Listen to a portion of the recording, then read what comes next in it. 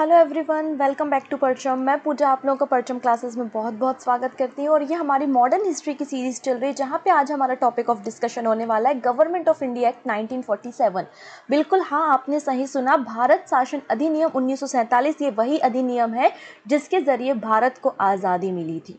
तो आज हमें देखना है कि किस तरीके से भारत को आज़ादी मिली और आज़ादी के बाद भारत की स्थिति कैसी थी, किस तरीके से वीपी मेनन और सरदार वल्लभ भाई पटेल, जिनको आप आयरन मैन के नाम से भी जानते हो, उन्होंने भारत के एकीकरण मतलब इंटीग्रेशन का काम किया। कौन कौन रियासतें आसानी से भारत में शामिल हो गई और कौन कौन से ऐसे प्रिंसली स्टेट थे जिन्होंने थोड़ा सा नाटक किया और नाटक करने के बाद भारत में शामिल हुई।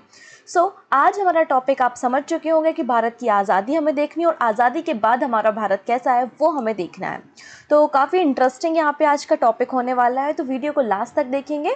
और पीडीएफ कहाँ मिलेगा? तो परचम की वेबसाइट पे आपको पीडीएफ मिलेगा। अच्छा, वीडियो को देखने के बाद आप परचम के एप्लीकेशन पे जाएंगे, जहाँ पर आपको आज के टॉपिक से रिलेटेड एक क्विज मिलेगा। उस क्विज को भी आप सॉल्व कर सकते हैं। तो ज़्यादा से ज़्यादा लिंक को अपने फ्रेंड के साथ शेयर कर दीजिए। और अगर पहली बार आ रहे हैं तो ऑब्वियस सी बात है, चैनल को सब्सक्राइब करेंगे जिससे अपकमिंग क्लासेस के नोटिफिकेशन मिले। इस पूरी मॉडर्न हिस्ट्री की आज लास्ट क्लास है, इसके बाद हमको एमसीक्यू करने हैं, मॉडर्न हिस्ट्री खत्म हो जाएगी आज हमारी। इस पूरी जर्नी में आपने हमारा बहुत सहयोग दिया। आई होप आगे भी आप हमारा साथ देंगे। तो ज़्यादा से ज़्यादा लोगों को शेयर करेंगे और लाइक बटन पे क्लिक करना नहीं भूलेंगे। तो चलिए स्टार्ट करते हैं। लास्ट क्लास में मैंने आपको बताया था कि अब भारत की स्थिति थोड़ी सी ख़राब होते जा रही है। कैसे ख़राब होते जा रही है कि लगातार जो है वो हिंसा बढ़ते जा रही है। अब अलग से डायरेक्ट एक्शन डे, आपको पता है ना, 16 अगस्त को मोहम्मद अली जिन्ना ने डायरेक्ट एक्शन डे मतलब सीधी कार्यवाही दिवस की घोषणा कर दी थी और काफ़ी हिंसा यहाँ पे भारत में देखने को मिली। आपको पता है कि संविधान सभा या भारत के संविधान के गठन के लिए कॉन्स्टिट्यूशन असेंबली बनानी थी, तो उस कॉन्स्टिट्यूशन असेंबली को बनाने के लिए कैबिनेट मिशन 1946 में भारत आता है और उसी 1946 के कैबिनेट मिशन से भारत में एक संविधान सभा का गठन होता है। और मैंने आपको बताया था संविधान सभा की जो पहली मीटिंग होती है वो 9 दिसंबर को होती है 1947 में 1946 में, जिसके पहले इंतरिम जो प्रेसिडेंट होते हैं वो सच्चिदानंद सिन्हा होते हैं। जबकि सेकेंड मीटिंग कब होती है? तो 13 दिसंबर को होती है, जहां पर परमानेंट जो प्रेसिडेंट चुने जाते हैं संविधान सभा के वो डॉक्टर राजेंद्र प्रसाद हैं। ये डॉक्टर राजेंद्र प्रसाद वही हैं जो हमारे स्वतंत्र भारत के पहले प्रेसिडेंट भी रहते हैं। तो यहाँ पर अब हो रहा है इलेक्शन। किसका इलेक्शन होना है? संविधान सभा का इलेक्शन हो रहा है 1946 में। अब ये जो इलेक्शन है ये इनडायरेक्ट इलेक्शन है। 10 लाख पे एक सीट है और ये इलेक्शन कैसे हो रहे हैं? इनडायरेक्ट वे में हो रहे हैं। हर एक जगह से, चाहे वो ब्रिटिश भारत हो, प्रिंसली स्टेट हो, दूसरी कम्युनिटीज़ हो, मुस्लिम लीग हो, सभी जगहों से लोग चुनकर आ रहे हैं संविधान सभा में। और ये संविधान सभा मिलकर अब संविधान का गठन करेगी भारत के लिए। तो यहाँ पर अगर हम इलेक्शन की बात करें तो यहाँ पे जो मेजॉरिटी सीट मिलती है वो आईएनसी को मिलती है, इंडियन नेशनल कांग्रेस को मिलती है लगभग 208 सीट। 73 सीट जो होती है वो मुस्लिम लीग को होती है और लगभग 15 सीट जो होती है वो दूसरी अन्य दलों को, जो है पार्टीज होती हैं, माइनॉरिटीज़ होती हैं, उनको ये सीट मिलती है। तो यहाँ पर इलेक्शन हो चुका है और आईएनसी उभर कर आया है।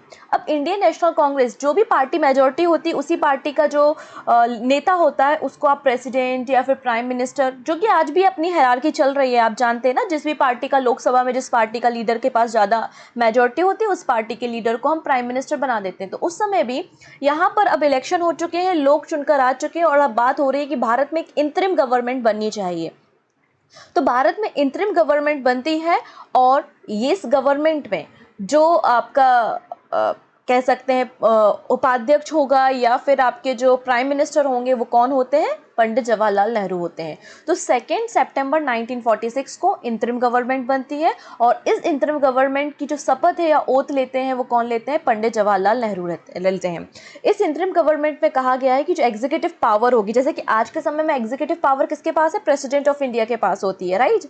वैसे यहाँ पे बोला कि एग्जीक्यूटिव पावर जो होगी वो किसके पास होगी? विजरी या फिर वायसराय के पास होगी। और यहाँ पे जो वाइस प्रेसिडेंट की पोस्ट थी वो पंडित जवाहरलाल नेहरू को मिली और पंडित जवाहरलाल नेहरू में संविधान सभा के वाइस प्रेसिडेंट या उपाध्यक्ष के रूप में इन्होंने क्या ली? शपथ ली, जो आगे जाके हमारे वास्तविक प्रधानमंत्री भी बनते हैं। तो उस समय जो है वो 12 मेंबर जो थे, इंक्लूडिंग 3 मुस्लिम, 3 मुस्लिम थे। ये मुस्लिम लीग के मुस्लिम नहीं है, ये कांग्रेस के मुस्लिम हैं, क्योंकि आपको पता है मोहम्मद अली जिन्ना कह रहे थे कि अगर कांग्रेस में कोई मुस्लिम आएगा तो वो मुस्लिम लीग से ही आएगा, क्योंकि मुस्लिम लीग ही एक्चुअल रिप्रेजेंटेशन कर रही है किसका, मुस्लिम का। तो यहाँ पर 12 मेंबर जो हैं इंक्लूडिंग 3 मुस्लिम, ये कांग्रेस से आ रहे हैं और ये 3 मुस्लिम भी कांग्रेस के हैं। पहले तो कोई भी नॉमिनेशन मुस्लिम लीग से नहीं आता है, लेकिन कुछ समय बाद 5 व्यक्ति जो है वो नॉमिनेट होके आते हैं मुस्लिम लीग से, ठीक है ना। यहाँ पे लिखा है 26 अक्टूबर को 5 जो व्यक्ति हैं वो नॉमिनेट होके आते हैं मुस्लिम लीग से। तो इस तरीके से 14 व्यक्ति होते हैं, हालांकि 5 व्यक्ति नहीं आते, 3 ही आते हैं। तो इस तरीके से जो लोग होते हैं वो यहाँ पे इंतरिम गवर्नमेंट बनाते हैं। और इंतरिम गवर्नमेंट जब बनती है तो अलग अलग पोर्टफोलियो भी बनते हैं, जैसे कि आज भी कोई गवर्नमेंट बनती है तो किसे डिफेंस देना है, किसे एजुकेशन देना है, किसे रेलवे देना है, इस तरीके से पोर्टफोलियो बनता है। तो ये जो इंतरिम गवर्नमेंट बनी है अब इसका भी पोर्टफोलियो बनेगा। यहाँ से क्वेश्चन आएंगे बहुत ज़्यादा। आपने अगर आरआरबी एनटीपीसी का पेपर दिया हो, अभी एसएससी का पेपर दे रहे हो, या फिर यूपी ट्रिपल एससी का पेपर दिया हो, तो इंतरिम गवर्नमेंट पे कौन कौन व्यक्ति किस किस पोजीशन पे थे, इंपॉर्टेंट पर्सन, उनसे क्वेश्चन एग्जाम में जरूर फ्रेम होते हैं। तो इंतरिम गवर्नमेंट पे मुस्लिम लीग ने भी समर्थन दिया। ऐसा नहीं कि मुस्लिम लीग कांग्रेस को सपोर्ट कर रही थी या मुस्लिम लीग की पाकिस्तान की डिमांड खत्म हो गई थी, नहीं। मोहम्मद अली जिन्ना का कहना था कि हम इंतरिम गवर्नमेंट में शामिल इसलिए हो रहे हैं जिससे हम अपनी पहुंच, अपनी पकड़ ज़्यादा मजबूत कर सकें और पाकिस्तान की जो डिमांड है उसको और भी आगे बढ़ा सकें, जिससे ज़्यादा लोगों का हमें समर्थन प्राप्त हो और हम पाकिस्तान बना सकें। इसलिए मुस्लिम लीग जो है वो इंतरिम गवर्नमेंट में शामिल हुई। अब यहाँ पे कुछ मेंबर हैं जिनके नाम आपको याद रखने। सबसे पहले पंडित जवाहरलाल नेहरू वाइस प्रेसिडेंट थे एग्जीक्यूटिव काउंसिल के। साथ ही साथ जो विदेश मंत्रालय, एक्सटर्नल मिनिस्ट्री जो थी, एक्सटर्नल अफेयर मिनिस्ट्री, वो पंडित जवाहरलाल नेहरू जी के पास थी।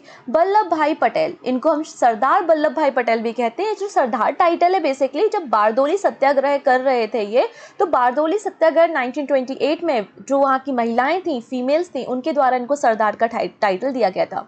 तो सरदार वल्लभ भाई पटेल जो है वो होम मिनिस्ट्री थी इनके पास, और इन्फॉर्मेशन एंड ब्रॉडकास्टिंग मिनिस्ट्री भी इनके पास थी। बलदेव सिंह के पास डिफेंस मिनिस्ट्री था, मतलब रक्षा मंत्रालय, काफ़ी इंपॉर्टेंट पोर्टफोलियो होता है ये। जॉन मथाई, इंपॉर्टेंट व्यक्ति, जॉन मथाई जो है इनके पास इंडस्ट्रियल एंड सप्लाईज थी। आप बोलेंगे नहीं मैडम आप तो गलत पढ़ा रही है, जॉन मथाई के पास तो रेलवे मिनिस्ट्री थी। बिल्कुल सही बात है। अभी ये इंतरिम गवर्नमेंट है। जब हमारे देश का संविधान लागू होगा, इलेक्शन होंगे, और जब पहला इलेक्शन होगा तो भारत के, स्वतंत्र भारत के जो पहले रेलवे मिनिस्टर होंगे वो जॉन मथाई होंगे। लेकिन इंतरिम गवर्नमेंट में जॉन मथाई के पास कौन सा पोर्टफोलियो है, इंडस्ट्रियल एंड सप्लाई का पोर्टफोलियो है। राजगोपालाचारी, जिनको राजा जी कहते हैं, इनके पास एजुकेशन मिनिस्ट्री थी। डॉक्टर राजेंद्र प्रसाद जो कि हमारे प्रेसिडेंट भी रहे हैं, वो उनके पास फूड एंड एग्रीकल्चर मिनिस्ट्री थी। आसफ अली, अगर हम बात करें कि भारत में पहली बार रेलवे मंत्रालय किसे दिया गया तो आसफ अली को, जबकि स्वतंत्र भारत में अगर हम बात करें तो जॉन मथाई के पास था। जगजीवन राम, इनके पास श्रम मंत्रालय मतलब लेबर मिनिस्ट्री थी। लियाकत अली मुस्लिम लीग के व्यक्ति हैं और इनके पास एक बहुत इंपॉर्टेंट पोर्टफोलियो जिसका नाम है फिनेंस। वित्त मंत्रालय लियाकत अली के पास था और गंजाफर अली खान के पास हेल्थ मिनिस्ट्री थी। इस तरीके से कुछ पोर्टफोलियो डिसाइड किए गए थे इंतरिम गवर्नमेंट में। अब इंतरिम गवर्नमेंट बन चुकी है। अब यहाँ पे बात हो रही है सत्ता को स्थानांतरित करने की, भारत को आज़ादी देने की, क्योंकि आपने कैबिनेट मिनिस्ट्री की सिफारिश पे आपने संविधान सभा बना ली है। अब भारत का संविधान का गठन हो रहा है, इंतरिम गवर्नमेंट बन चुकी है। अब ज़रूरत ये है कि संविधान बनने से पहले हमें क्या करना है, सत्ता जो है वो इंडियंस को देनी है, मतलब हमें जो आज़ादी इंडियंस को देनी है और यहाँ से चला जाना है, ठीक है ना। और उस समय लेबर पार्टी जो है वो ब्रिटेन में है और लेबर पार्टी के जो पीएम है वो आप देख सकते हैं क्लीमेंट एटली हैं। तो यहाँ पे एटली की घोषणा, तो एटली की घोषणा कब होती है, तो 20 फरवरी 1947 को होती है। अब क्या घोषणा करते हैं, तो जो एटली होते हैं वो घोषणा करते हैं कि 30 जून 1948 में हम भारत को आज़ाद कर देंगे, सत्ता जो है वो भारत को दे देंगे और हम यहाँ से चले जाएंगे। हमारी आज़ादी का जो दिन डिक्लेयर किया गया था एटली की घोषणा में वो 30 जून 1948 था। आप बोलेंगे लेकिन आज़ादी तो हमको 15 अगस्त 1947 को ही मिल गई थी, 1947 में हम आज़ाद हो गए थे। बिल्कुल सही बात है। भारत की अब कंडीशन हम समझेंगे कैसे कैसे और भी ज़्यादा खराब होती चली जाएगी, जिसके कारण हमको आज़ादी पहले मिल गई। लेकिन एटली की घोषणा में भारत की आज़ादी की दिन कौन सा डिसाइड किया गया था, 30 जून 1948 को डिसाइड किया गया था। साथ ही साथ जो एटली साहब थे उन्होंने उस समय हमारे गवर्नर लॉर्ड बेबल थे, लॉर्ड बेबल को चेंज करके लॉर्ड माउंटबेटन को भारत का गवर्नर बना दिया गया। हमारे भारत के अंतिम गवर्नर जनरल जो हैं वो लॉर्ड माउंटबेटन ही हैं। तो 30 जून 1948 को आज़ादी का दिन घोषित हुआ। इसके अलावा 20 फरवरी 1947 को प्रधानमंत्री क्लेमेंट एटली ने घोषणा की और जो हमारे गवर्नर जनरल हैं उन किसे बना दिया गया, लॉर्ड माउंटबेटन को बना दिया गया। अब भारत में हिंसा बढ़ते जा रही थी। आपको मैंने बताया था कि हिंदू मुस्लिम जो कलकत्ता वाला रीजन है, पंजाब वाला रीजन है, जहाँ पे मेजॉरिटी हिंदू हैं, तो वहाँ पे एट्रोसिटी हो रही थी मुस्लिम के अगेंस्ट, और जहाँ पे मुस्लिम मेजॉरिटी में वहाँ पे हिंदुओं के खिलाफ अत्याचार हो रहे थे। भारत में हिंसा बहुत ज़्यादा बढ़ रही थी और एक ही दिन में लगभग 5000 लोगों की हत्या कर दी गई। तो यहाँ पे अब लॉर्ड माउंटबेटन एक प्लान लेके आते हैं जिसको माउंटबेटन प्लान कहते हैं। बेसिकली ये प्लान वो 3 जून को लाते हैं, इसलिए इसको जून प्लान के नाम से भी जाना जाता है। तो 3 जून 1947 को लॉर्ड माउंटबेटन के द्वारा एक प्लान भारत में आता है जिसको माउंटबेटन प्लान कहते हैं, और यही माउंटबेटन के जो की पॉइंट्स हैं, जो फीचर्स हैं, वही फीचर्स आपको गवर्नमेंट ऑफ इंडिया एक्ट 1947 में मिलेंगे। तो अगर पूछा जाता है कि जो भारत शासन अधिनियम 1947 है वो किसका ही एक्सटेंडेड फॉर्म है, तो वो है 3 जून या माउंटबेटन प्लान का ही एक्सटेंडेड फॉर्म है। ठीक है, अब यहाँ पे हम बात कर लेते हैं कि इस माउंटबेटन प्लान में क्या क्या बातें कही गई। तो यहाँ पे बोला गया कि हम भारत को, देखो अब हमारे पास कोई ऑप्शन नहीं है, भारत में हिंसा बढ़ते जा रही है।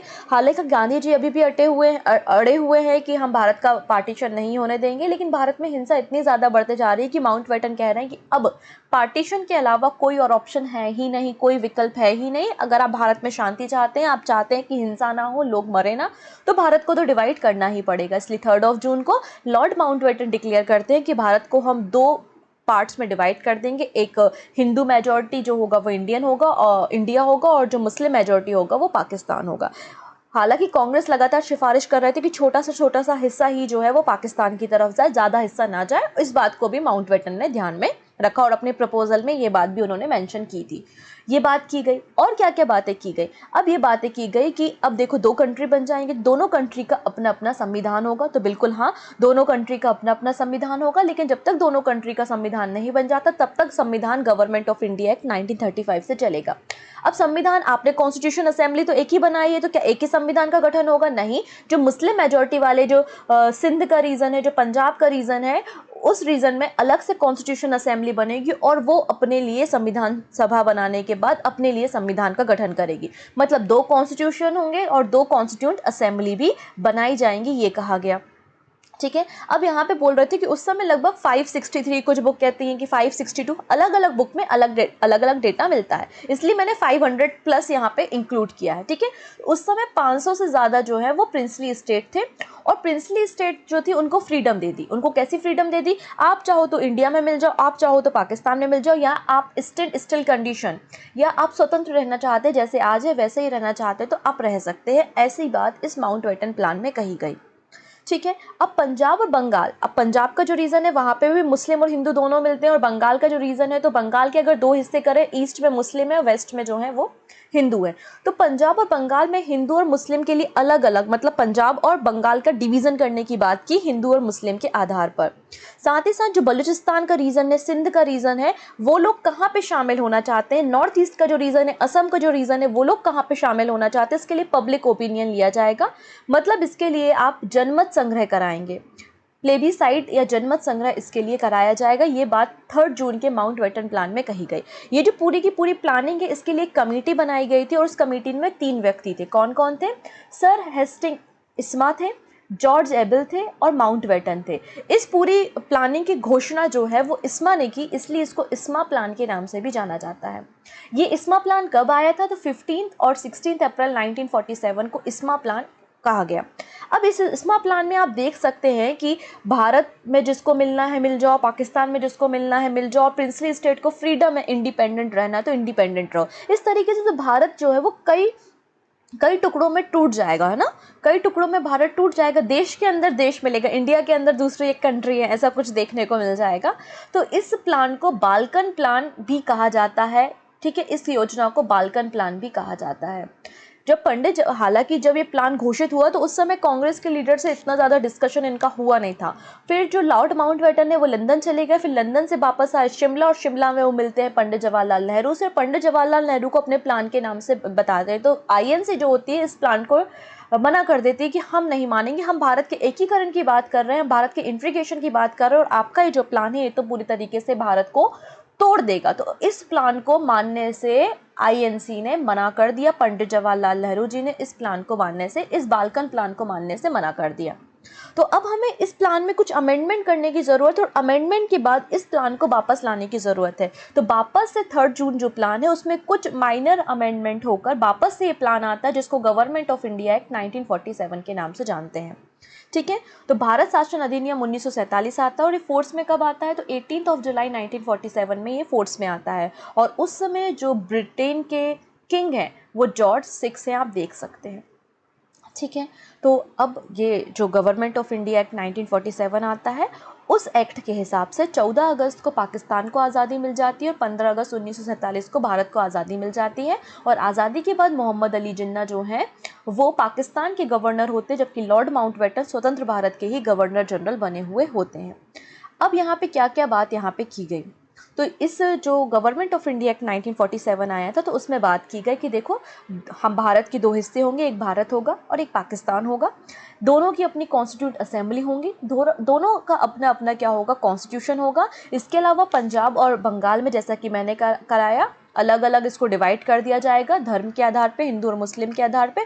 बाकी असम और नॉर्थ ईस्ट जो है वहाँ पे हम जनमत संग्रह या फिर क्या करवाएंगे, आपका पब्लिक ओपिनियन करवाएंगे। और यहाँ पे प्रिंसली स्टेट को यहाँ पे थोड़ा सा अमेंड किया गया कि प्रिंसली स्टेट को बोला गया एट द एंड 15 अगस्त से पहले आपको या तो पाकिस्तान में या तो फिर आपको भारत में मिलना पड़ेगा। मतलब यहाँ पे जो वो इंडिपेंडेंट रहने वाला अधिकार था ना कि स्वतंत्र रहेंगी प्रिंसली स्टेट, उसको हटा दिया गया।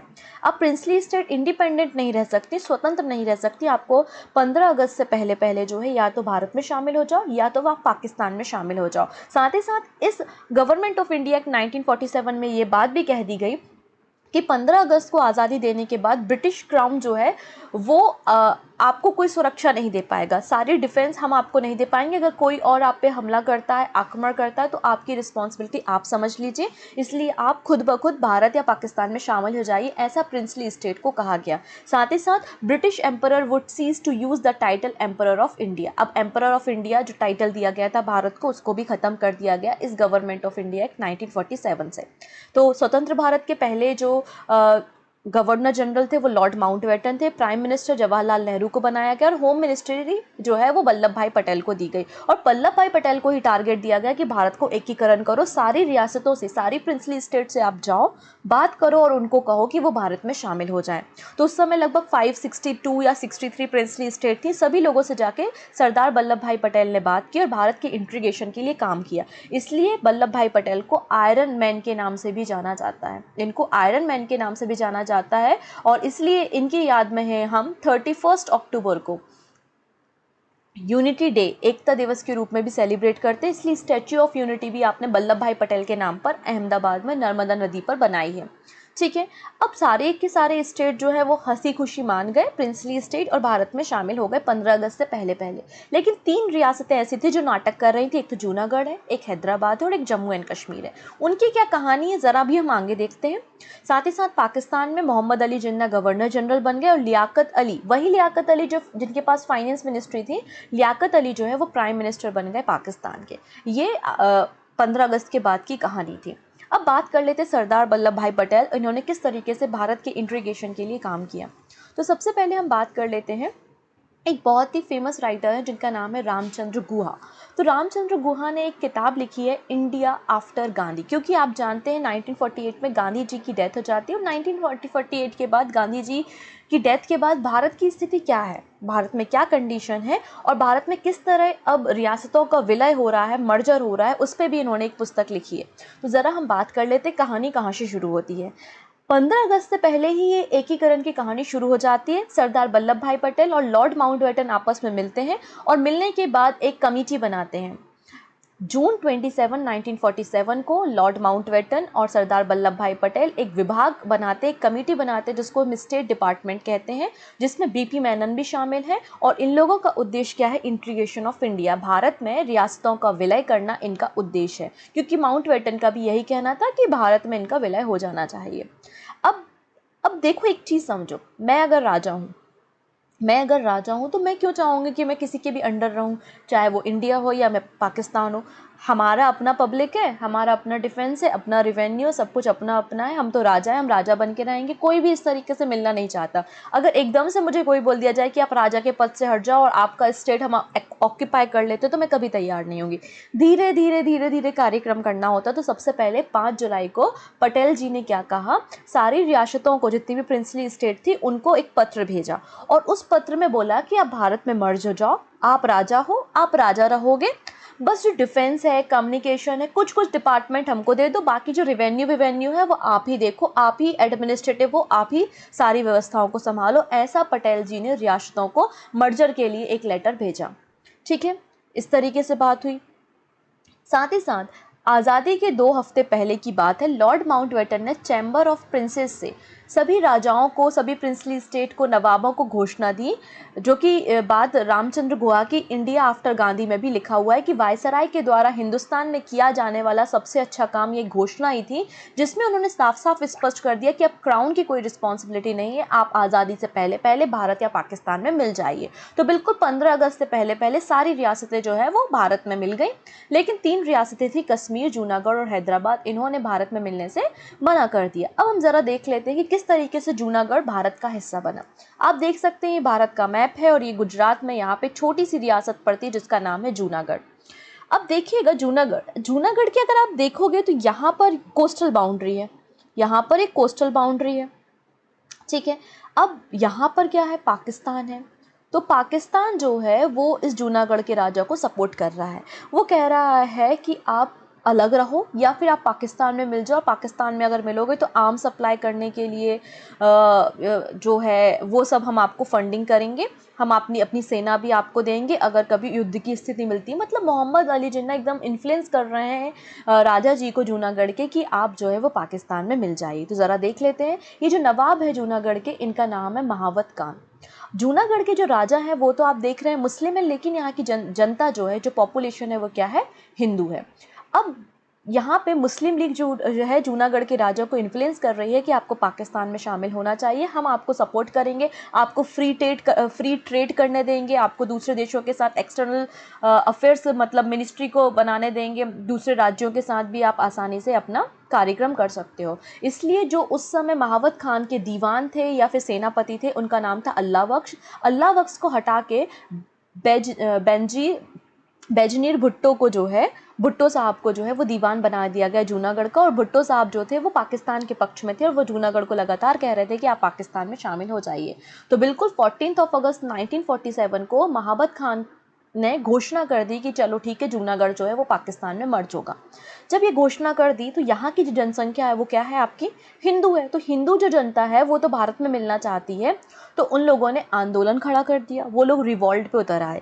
साथ ही साथ जैसे ही ये बात सरदार वल्लभ भाई पटेल को मिलती है तो सरदार वल्लभ भाई पटेल एक सेना को भेज देते हैं, कहाँ पर, जूनागढ़ में। तो जूनागढ़ का जो स्टेट है, मांगलोर, रोल और बावरिया बाड़, इन दोनों में गुरदयाल सिंह के नेतृत्व में एक सेना को सरदार वल्लभ भाई पटेल भेज देते हैं।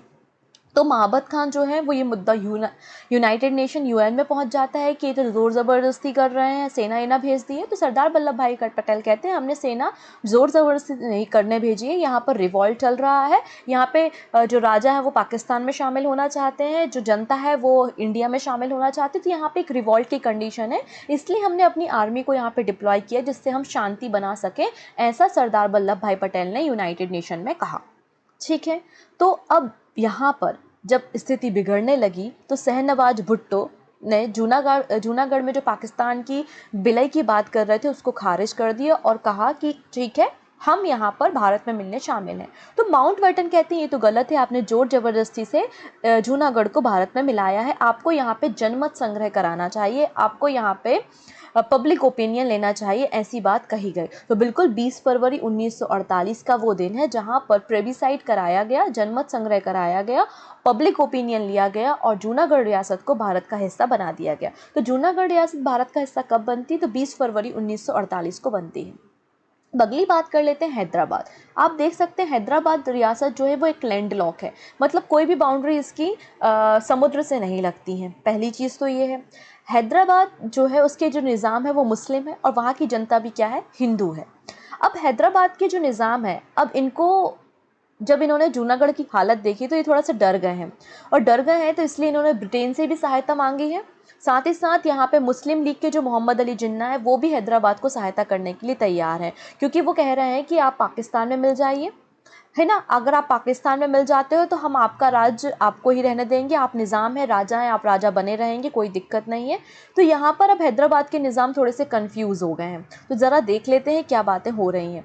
तो जूनागढ़ का जो स्थिति है वो देखकर हैदराबाद के निज़ाम सोच रहे हैं कि अब मुझे एक वकील अपॉइंट कर लेना चाहिए जो वकालत करे और हमारे मुद्दे को आगे बना सके। तो यह इन्होंने इंग्लैंड की सरकार के फेवर में जाकर इंग्लैंड की सरकार से इन्होंने अपना फेवर मांगा, उनसे सहायता मांगी और एक वकील अपॉइंट किया जिनका नाम था सर वॉल्टर। ये वकील है जो वकालत कर रहे हैं कि इनको अपनी स्थिति में रहने दीजिए, इनको अपनी स्थिति में रहना दीजिए, और साथ ही साथ जिन्ना भरोसा दिला रहे हैं हैदराबाद को कि आप हमारे पाकिस्तान में शामिल हो जाइए और हम आपकी बिल्कुल सहायता करेंगे, अगर कोई दूसरा राज्य आप पे हमला करता है तो हम अपनी सेना भी आपको देंगे, ऐसा जिन्ना कह रहे हैं। तो यहाँ पर अभी कंफ्यूज है। तो नवंबर 1947 में निज़ाम एक स्टैंड स्टिल एग्रीमेंट पे साइन करते, मतलब हम जैसे हैं हम वैसे ही रहेंगे, हम राजा हैं, हम निज़ाम हैं, हम वही रहेंगे, ना हमें पाकिस्तान में शामिल होना है, ना हमें इंडिया में शामिल होना है, ऐसी बात यहाँ पर कही गई। लेकिन जो यहाँ पे रज़ाकारों का वर्ग है, मुस्लिमों का एक वर्ग है रज़ाकार, वो लोगों को भड़काना शुरू कर देते हैं और हिंदू जो लोग हैं वो वहाँ से मतलब भागना शुरू कर देते हैं। जैसे कि अभी अफ़गानिस्तान की हालत देखो, अब अफ़गानिस्तान में जो माइनॉरिटीज़ हैं, सिख हैं, हिंदू हैं, वो वहाँ से भागना शुरू कर दिए हैं, है ना, रेफ्यूज़ीज़ का जो है वो आप देखने को मिल रहा है। तो वैसे ही यहाँ पर हैदराबाद में भी हिंदू मुस्लिम दंगे होने लगे, हिंदू मुस्लिम वहाँ पर दंगे होने लगे और वापस से हिंसा होने लगी। और जब हिंसा होने लगी तो हिंदू लोग जो है वो हैदराबाद से भागना शुरू हो गए, और हैदराबाद की बाउंड्री लगती थी मद्रास से, तो रिफ्यूजीज़ कहाँ जाएंगे, मद्रास में जाना शुरू हो जाएंगे। तो ये बात मद्रास के लोगों को पसंद नहीं आ रही कि हम हिंदुओं को कब तक शरण देंगे, इस तरीके से भागना शुरू कर रहे हैं। और बिल्कुल जैसे कि भारत और पाकिस्तान की डिमांड उठ रही थी, वैसे हैदराबाद के पार्टीशन की डिमांड उठने लगी कि हैदराबाद को भी डिवाइड कर दो हिंदू और मुस्लिम के आधार पे। तो ये तो बहुत ही गलत हो जाएगा, देश के अंदर देश और उसके बाद हिंदू और मुस्लिम का पार्टीशन। ठीक है, तो अब मद्रास के दीवान ने एक लेटर लिखा पटेल साहब को कि हिंदू रिफ्यूजीज़ की समस्या बढ़ते जा रही है, आप हैदराबाद की समस्या का समाधान कीजिए। तो यहाँ पर एक ऑपरेशन चलाया जाता है सरदार वल्लभ भाई पटेल के द्वारा, जिसको हम मिलिट्री ऑपरेशन कहते हैं, और इस ऑपरेशन का नाम है ऑपरेशन पोलो। ये ऑपरेशन 13 से 17 सितंबर 1948 में चलाया जाता है, और 17 सितंबर 1948 को जो निज़ाम है हैदराबाद के, वो सरदार वल्लभ भाई पटेल के साथ मर्जर के लिए तैयार हो जाते हैं। तो बिल्कुल यहाँ पे 17 सितंबर 1948 को हैदराबाद का भी विलय जो है वो इंडिया में कर दिया जाता है। ऐसी कंडीशन क्यों बनती है, क्योंकि 11 सितंबर 1948 को जिन्ना साहब जो है उनकी डेथ हो जाती है। अब जो पाकिस्तान का सपोर्ट है वो तो ख़त्म हो गया है, और जो हिंसा भी बहुत ज़्यादा बढ़ते जा रही है, इसलिए ऑपरेशन पोलो के ज़रिए मिलिट्री ऑपरेशन सरदार वल्लभ भाई पटेल चलाते हैं, और 17 सितंबर को 1948 में हैदराबाद जो है वो तैयार हो जाता है इंडिया में मर्जर के लिए। अब यहाँ पे बात कर लेते हैं कश्मीर की। कश्मीर की कंडीशन थोड़ी अलग है। जूनागढ़ और हैदराबाद में क्या था, राजा मुस्लिम थे, जनता हिंदू थी। अब यहाँ पर कश्मीर में राजा हिंदू हैं और जनता मुस्लिम है। ठीक है, तो अभी तक जो भी सपोर्ट जा रहा था वो जनता के फेवर में जा रहा था, जहाँ पे हिंदू जनता मेजॉरिटी है तो वो इंडिया में शामिल हो रहे थे। लेकिन कश्मीर में राजा जो है वो हिंदू है, राजा है हरी सिंह, और वहाँ की जो जनता है वो मुस्लिम है। ठीक है, यहाँ की कंडीशन थोड़ी सी अलग है। अभी जो कश्मीर के राजा हैं हरी सिंह, ये ना पाकिस्तान में मिलना चाहते हैं और ना ही इंडिया में मिलना चाहते हैं, ये स्वतंत्र रहना चाहते हैं। लेकिन मोहम्मद अली जिन्ना को क्या लग रहा है कि जूनागढ़ की जो हालत हुई या फिर निज़ाम की हालत जो हुई, यहाँ पे जो कंडीशन है वो पब्लिक की तरफ है। तो मतलब यहाँ पे अगर मेजॉरिटी मुस्लिम है तो ये ऑब्वियस सी बात है, कश्मीर कहाँ चला जाएगा, पाकिस्तान में शामिल होने को तैयार हो जाएगा। तो ज़रा देख लेते हैं अब क्या होता है। तो 15 अगस्त 1947 में जब आज़ाद हुआ भारत, तब हरी सिंह जी ने विलय से, मर्जर से मना कर दिया, ना हम पाकिस्तान में विलय करेंगे, ना हम हिंदुस्तान में विलय करेंगे। तो इसलिए यहाँ पर जो कबीलियाए थे, जो कबीले थे पाकिस्तान के, तो पाकिस्तान के सेनापति या कमांडर के नेतृत्व में इन्होंने जम्मू एंड कश्मीर पे हमला कर दिया। 24 अक्टूबर 1947 को जो लड़ाके हैं, कबीले हैं, वो घुस गए कहाँ पे, जम्मू एंड कश्मीर में। और जम्मू एंड कश्मीर में राजा हरी सिंह का राज था। तो राजा हरी सिंह जो है अब वो डर गए, क्योंकि लगातार जो है वो पाकिस्तान की सेना घुसते चली जा रही थी। तो 25 अक्टूबर को अब इन्होंने राजा हरी सिंह ने मदद मांगी भारत से मदद मांगी, लेकिन लॉर्ड माउंटबेटन कहते हैं कि यार ये तो एक्सटर्नल अफेयर्स हो गया, जब पाकिस्तान कश्मीर हमारे भारत का हिस्सा नहीं है तो ये एक्सटर्नल अफेयर्स हो गया, हम अपनी सेना वहाँ पे नहीं भेजेंगे। पहले हरी सिंह जी को कहिए कि आप भारत में शामिल होइए, फिर ये हमारे भारत का मुद्दा हो जाएगा, तब हम भारत की सेना वहाँ पे डिप्लॉय कर देंगे। तो यहाँ पर जो है सरदार वल्लभ भाई पटेल और बीपी मेनन साहब जो हैं वो श्रीनगर जाते हैं 25 अक्टूबर को हरी सिंह जी से मिलने, और हरी सिंह जी से बात करते हैं कि अब भारत में मर्ज हो जाओ, भारत में आप मर्ज हो जाओगे तो हम अपनी आर्मी को डिप्लॉय कर देंगे और पाकिस्तान की सेना को खदेड़ के बाहर कर देंगे। ठीक है, ऐसी बात की गई। तो बिल्कुल 26 अक्टूबर को राजा हरी सिंह जी हैं जो हैं उन्होंने इंस्ट्रूमेंट ऑफ एक्सेसेशन मतलब विलय पत्र पर साइन कर दिया, और 26 अक्टूबर 1947 को भारत में मर्जर के लिए वो तैयार हो गए। फिर भारत की सेना जो है वो भेजी गई कहाँ पर, कश्मीर में, और कश्मीर में फिर पाकिस्तान की सेना को खदेड़ने का काम शुरू किया। अब पाकिस्तान की सेना को खदेड़ने का काम लगातार चल रहा था और यही मुद्दा फिर यूनाइटेड नेशन में चला गया, और यूनाइटेड नेशन ने कहा कि जो जहाँ है वो वहाँ पर रुक जाएंगे और फिर हम यहाँ पे सलाह मशवरा करेंगे। तो यहाँ पे आप देख सकते हैं एक लाइन जो है LOC लाइन ऑफ कंट्रोल है, ये जो रीज़न है वही पाक ऑक्यूपाइड कश्मीर है, जो उस समय ये लाइन ड्रॉ कर दी गई थी। ठीक है, चलो, तो इस तरीके से जम्मू एंड कश्मीर भी 26 अक्टूबर को भारत का हिस्सा बन गया। आप देख सकते हैं ये जो लाइन है ये रेड क्लिफ लाइन है, ये लाइन जो है वो 1947 में ड्रॉ की गई थी 17 अगस्त को। ठीक है, इस तरीके से आप देखेंगे इंटीग्रेशन ऑफ इंडिया, भारत का किस तरीके से विलय हुआ, किस तरीके से प्रिंसली स्टेट भारत में शामिल हुए, पाकिस्तान अलग कंट्री उभर कर आया। आई थिंक आपको समझ में आई होगी पूरी मॉडर्न हिस्ट्री। हमने कहानी 1600 से शुरू की थी और ये कहानी अब 1947 तक पहुंच चुकी है। अब अगली क्लास में हम बात कर रहे होंगे टेस्ट पेपर के बारे में, तो सभी लोग तैयार होइएगा, सभी लोग रिवाइज करके आएंगे सारा जो भी मुद्दा है। हम MCQ को यहाँ पे सॉल्व करेंगे जो प्रीवियस ईयर में मॉडर्न हिस्ट्री से आए हुए क्वेश्चन है। ठीक है, इसके बाद हम मीडिएवल हिस्ट्री मतलब मध्यकालीन भारत को स्टार्ट करेंगे। आई होप आप लोगों ने सारी मॉडर्न हिस्ट्री की क्लासेस एंजॉय की होंगी। अगर आपकी कोई भी क्लास रह गई तो परचम की प्लेलिस्ट पे जाके आप वो क्लास देख सकते हैं। तो आप लोगों से रिक्वेस्ट है लिंक को ज़्यादा से ज़्यादा शेयर ज़रूर कीजिएगा। तो थैंक यू सो मच, हम फिर मिलते हैं।